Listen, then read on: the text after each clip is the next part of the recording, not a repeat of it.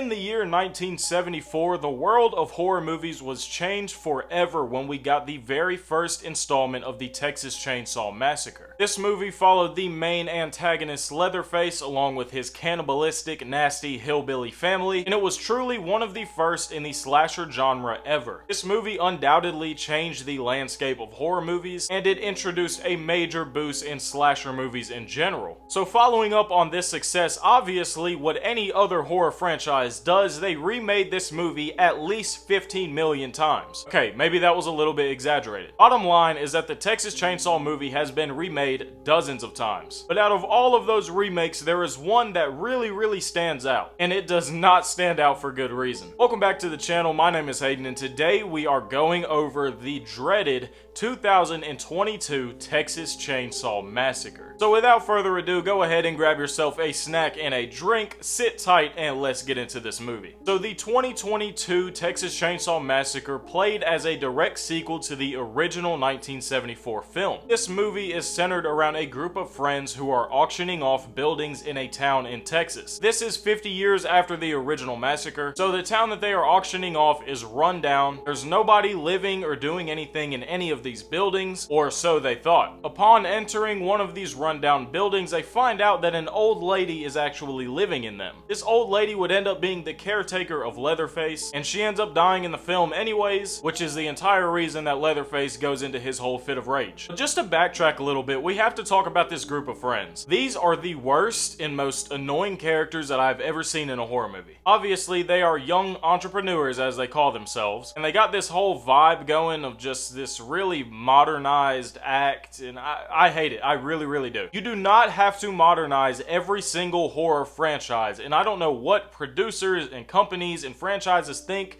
that they have to do it for, but you do not. Sometimes it's okay to have this old gritty feel and not have everyone talking about their social media followers, which, yes, this played a very big part in one of the most disgusting scenes I've ever seen, but we'll get into that in a minute. This group of friends is so annoying. So they're going into this town and auctioning off these buildings to try and just build this town around themselves and what they want it to be. So like I said, they find the old lady dies, Leatherface is there with her, he sees this, and this is what started it all. And after digging around and finding papers, they find out that this old lady was never even supposed to be evicted in the first place. So they went into her home, basically sent her into death with a heart attack, killing her for nothing. And another friend in the group is Melody's sister, Lila. She is actually a school shooting survivor, which, don't get me wrong, I can see why they're trying to play to this, but it honestly just feels like it's in really bad taste. Especially when they show the flashback scene and you can literally see victims of the shooting. Not cool. I wasn't really feeling that. So while Leatherface is rampaging the town, we finally see Sally Hardesty. Sally is actually the sole survivor of the 1974 massacre. Now obviously Sally Hardesty is not played by the original actress because she passed away a couple of years prior. So I think out of respect, they really shouldn't have even brought this character back anyways. It was so blatantly and obviously supposed to be just a makeover of the whole Laurie Strode and Halloween thing. But instead of killing Leatherface and getting her revenge for all of her friends who passed away in the 1974 massacre, she gets bodied. Leatherface obliterated this woman. So not only did they needlessly reprise a role of someone who was actually dead in real life, but they brought this character back to try and mimic the whole Laurie Strode and Halloween Final Girl thing just for her to die in seconds. This was one of the most pointless, reprised roles that I've ever seen in my life. Literally, the stuff in this movie is laughable, and do not get me started on the bus scene. We have a scene where Leatherface gets on the bus to a group of people and they all pick up their phones and they tell him, if you try anything, you're canceled.